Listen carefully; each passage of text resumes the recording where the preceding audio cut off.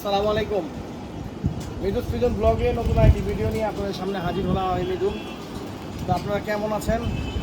আশা করি সবাই ভালো আছেন এবং কে কোথা থেকে দেখছেন অবশ্যই জানাবেন কমেন্ট করে। ভিডিওটা ভালো লাগলেও জানাবেন, খারাপ লাগলেও জানাবেন। তো আজকে আমরা আসছি একটা প্রোডাক্ট রিভিউ করতে। আমি এই প্রোডাক্টটা অনেকদিন যাবত ইউজ করতেছি। মূলত মল্টিংয়ের সময় আমাদের একটা প্রোবায়োটিক দিতে হয় সপ্তাহে একদিন। তো দেখা যায় অনেক দামি প্রোবায়োটিক মার্কেটে পাওয়া যায় যেগুলা কবুতরের জন্য ডেডিকেটেড। ওগুলো আসলে এই সিজনে না খাওয়াইলেও তেমন কোনো সমস্যা নাই, খাওয়াতে যে হবে তা না, না খাওয়াইলেও চলে। তা আমি একটা আপনার নতুন একটা সাপ্লিমেন্ট প্রোডাক্ট প্রোবায়োটিক পেয়েছি, প্রোবায়োজাইম।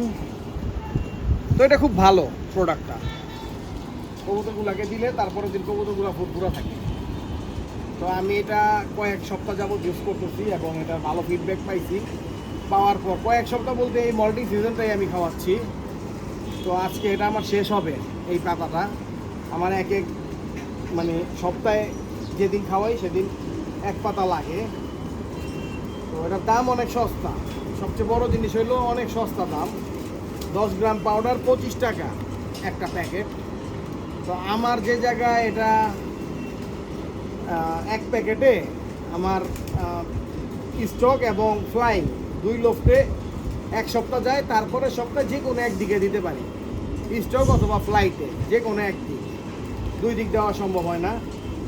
তো মানে আমার 200 কবুতরে যতটুকু লাগে আপনাদের হয়তো বা আমার হিসাবে এটা 300 কবুতর 25 গ্রাম দিয়ে খাওয়ানো যাবে আমি আশা করি।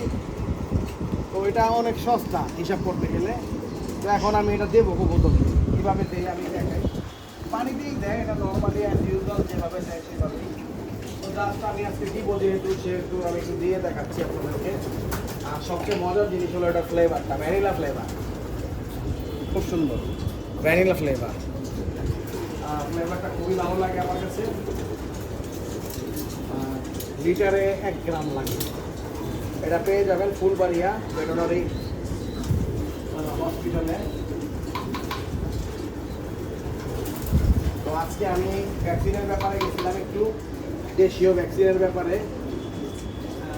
একটা ভেটেরিনারি হসপিটাল না মানে ক্লিনিকে গেছিলাম।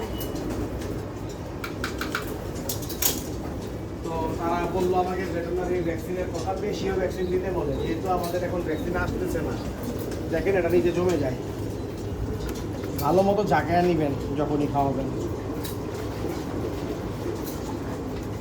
তো এটা খুবই ভালো মানের প্রোবায়োটিক। আমি যেহেতু লিমোম্যাক্স খাওয়াই সেহেতু আমার প্রোবায়োটিক লাগে না। তারপরেও মানে একটা মাইন্ড স্যাটিসফ্যাকশনের একটা ব্যাপার আছে, সেই কারণে আমরা খাওয়াই। আমরা মূলত বেলগা ব্যাগ আর হলো আপনারই খাওয়াই, কী বলে আরেকটার নাম, প্রোলাইট, এগুলো খাওয়াই। তো অফ সিজনে তো আসলে এত মানে দামি এক্সপেন্সিভ প্রোডাক্ট খাওয়ানোর কোনো মানে হয় না।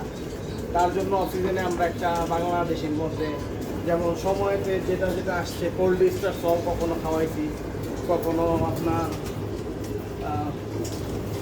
কী বলে অনেক প্রোবায়োটিক আসছে, আমরা ওগুলো খাওয়াইছি। কিন্তু এখন আমরা এটা খাওয়াইতেছি এবং এটা ভালো পাইছি। ইনশাল্লাহ আপনারাও ব্যবহার করবেন, ব্যবহার করে উপকৃত হবেন আশা করি। ভালো লাগলে ভিডিওটা শেয়ার দিবেন। আর প্রোবায়োটিক কেন খাওয়া এটা তো আর ভাইঙ্গে আর বলার কিছু নাই।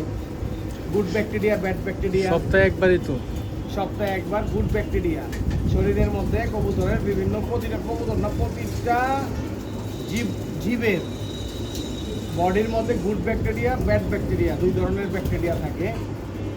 গুড ব্যাকটেরিয়াগুলো আপনার শরীরকে ডেভেলপ করে আর ব্যাড ব্যাকটেরিয়াগুলা শরীরকে খুবই খারাপের দিকে নিয়ে যায় এবং কোনো ভাইরাস থাকলে সে ভাইরাসগুলোকে সংক্রামিত হওয়ার জন্য সহায়তা করে ব্যাড ব্যাকটেরিয়া। তো সেই দিক থেকে আমরা যদি আমরা প্রোবায়োটিকের মাধ্যমে আমরা তো মনে করেন বিভিন্ন ধরনের খাবার খাই, যেমন আমরা দেখা যায় কোনো না কোনোভাবে আমাদের শরীরে দইয়ের জিনিসটা ঢুকে, দেখা গেল বোরহানি খাইলাম বা কোনো না কোনো কিছু খাওয়ার মাধ্যমে দইটা ঢুকে। অনেক সময় আমাদের বাসায় তরকারিতেও দই দেয়। তো দইটা খাইলে ওটা আমরা প্রোবায়োটিকটা পেয়ে যাই, কিন্তু কবুতরকে তো আসলে আর প্রোবায়োটিক খাওয়ানো হয় না। তার জন্য ডেডিকেটেডভাবে প্রোবায়োটিক খাওয়ানো লাগে। গুড ব্যাকটেরিয়াকে গ্রো করার জন্য আমরা মূলত প্রোবায়োটিক খাওয়ায় থাকি। আপনার কবুতরের শরীরে যদি গুড ব্যাকটেরিয়ার তুলনায় ব্যাড ব্যাকটেরিয়া বেশি হয়ে যায়, তখনই কবুতরগুলো হালকা হওয়া শুরু হয় এবং তাদের বিভিন্ন রোগ ব্যাধির দিকে তারা চাইতে থাকে। তার জন্য যদি আমরা আগের থেকে প্রোবায়োটিক দিয়ে রাখি, গুড ব্যাকটেরিয়ার পার্সেন্টেজটা একটু বাড়তির দিকে রাখি, তাহলে আর আপনার কবুতরের বড় ধরনের সংক্রামিত হওয়ার সম্ভাবনা অনেক কম থাকে।